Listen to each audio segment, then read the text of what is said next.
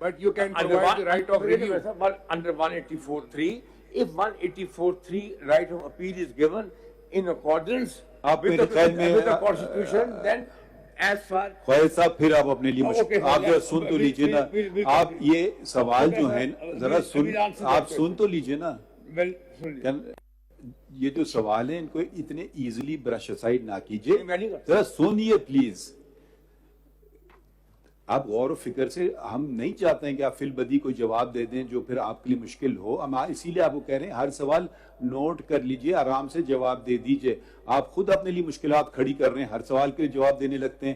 ہم تو صرف آپ سے سوال پوچھیں, نوٹ کر لیجئے گا آگے چل کر کے, ٹھیک ہے. ہم دیکھیں, ہم ایک دوسرے سے بحث کرنے نہیں بیٹھے ہیں. ہم آپ کے سننے کا, آپ نے چیلنج کیا ہے ایک قانون کو کہ یہ غیر آئینی ہے. یہ بہت فرق ہوتا ہے کہ ایک کہنے کے لیے کہ مجھے یہ قانون پسند نہیں ہے. ذرا آپ پلیز نہ خاموش رہیے 2 منٹ, ہم بھی آپ کو سن لیتے ہیں خاموشی سے, آپ بھی تھوڑا سا تحمل کا اظہار کر لیں. تو یہ بہت سے قانون ہیں شاید مجھے بھی نہیں ذاتی طور پہ پسند ہوں, مگر میں نے حلف اٹھایا ہے کہ میں آئین اور قانون پہ عمل کروں گا, تاکہ انلیس کہ میں اس کو سٹرائک ڈاؤن کر لوں قانون کو, وہ ایک الگ بات ہے کہ یہ الٹرا وائریز دا کانسٹیٹیوشن ہے. تو آپ نے کہا my personal opinion doesn't matter, تو آپ کی بھی پرسنل اوپینین کی کوئی حیثیت نہیں ہے. آپ کو آئینی جواب ہر دینا ہے کہ یہ اس شک, آپ نے ایک بحث میں ایک آرٹیکل آئین کا آپ نے ریفر نہیں کیا کہ یہ کس آرٹیکل کے تصادم میں ہے. دوسری بات آپ نے جو بالکل نظر انداز کر رکھی ہے, یہ ہم نے سیوموٹو کیس نہیں لیا. اگر ہمارے حقوق پہ اتنا زبردست وار پارلیمنٹ نے کیا ہوتا تو ہم نے بہت سارے کیسز میں, ہم نے خود بھی اٹھا لیے کیسز کو. یہ تو آپ ہمارے طرح سے وہ ڈیفینڈر طور پہ رونما ہوئے ہیں اور کہا یہ جنگ میری ہے, ٹھیک ہے. یہ صرف پروسیجر میٹر ہے, کس میں کسی کی رائٹ غائب نہیں ہو رہی, کسی کی رائٹ, ایک رائٹ کنفر ہو رہی ہے, کسی کی رائٹ چھینی نہیں جا رہی ہے. تو برائے کرم آرٹیکل 184(3) کے دائرے میں رہ کر, آپ نے جس کا آپ نے ایک لفظ نہیں ذکر کیا ہے, وہ کہتا ہے any matter of public importance. چلیں جی, پبلک امپورٹنس تو ایک وہ ہے ڈیبیٹیبل کویسچن, ہم یہ کہوں گا آپ کہیں گے وہ ہے, مگر for the enforcement of fundamental rights, ٹھیک ہے. یہ اس کے پریمبل میں انہوں نے فنڈامنٹل رائٹس کا تذکرہ کر دیا ہے, جس کو آپ نے بس نظر انداز کر دیا. ٹھیک ہے, یہ بہت اچھی بات ہے کہ آپ میرے حقوق کے لیے جنگ لڑ رہے ہیں, مگر یہ میرے حقوق اور آپ کے حقوق کی نہیں بات ہے, یہ آئین کی بات ہے اور لوگوں کے حقوق کی بات ہے. یہ آرٹیکل 10(a) کا حوالہ دیتا ہے, آرٹیکل 25 کا دیتا ہے.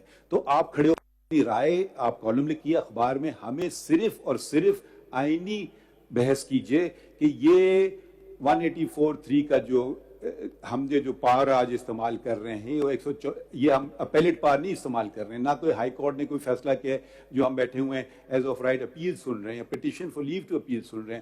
ہم اوریجنل جوریسڈکشن میں بیٹھ گئے, اس کی بہت محدود چیزیں, مجھے بہت سی چیزیں قانون میں شاید ناپسند ہوں, میں یہ نہیں کہہ سکتا ہوں کہ جی اس کو ایسا نہیں کرنا چاہیے تھا.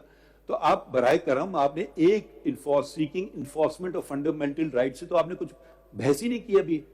ذرا آپ پلیز, اور ہر بات کو آپ نوٹ کیجئے. اگر آپ تو بس آپ ہر چیز کو جواب دینے لگتے ہیں بغیر سوچیے. ہر بات کی بہت اہمیت ہوتی ہے. میرے کولیگز کی جو سوال ہیں وہ بڑے اچھے سوال ہیں, ذرا غور و فکر چاہتے ہیں اور پھر جواب دیتے ہیں. اگر آپ جلدی سے کریں گے پھر آپ کو دوبارہ موقع نہیں دیں گے, پھر کہیں گے اب مجھے اچھا جواب آ گیا. جب آپ پلیز 184(3) کے تقاضے بھی پورے کر لیں. آپ کی بالکل 184(3) کے تقاضے انشاءاللہ میرا ایک سوال بھی نوٹ کیجئے. کے پی آن دا بارڈر پلیز. آپ کیا سوچتے ہیں this act has been passed in the public interest?